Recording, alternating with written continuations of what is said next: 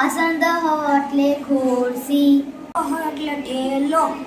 ભાર હ એટલે પેપર, નિકર હળ એટલે સ્ત્રી, પાસ એટલે મોબાઈલ, કટ એટલે ચટાઈ, પર એટલે ટ્યુબલાઇટ, ચષક એટલે પ્યાલો, નૌકા એટલે હોડી, ટમાટરની એટલે કંદુક એટલે દડો, યોજન એટલે સ્ટેપલર, ચંદ્રિકા એટલે પંચી,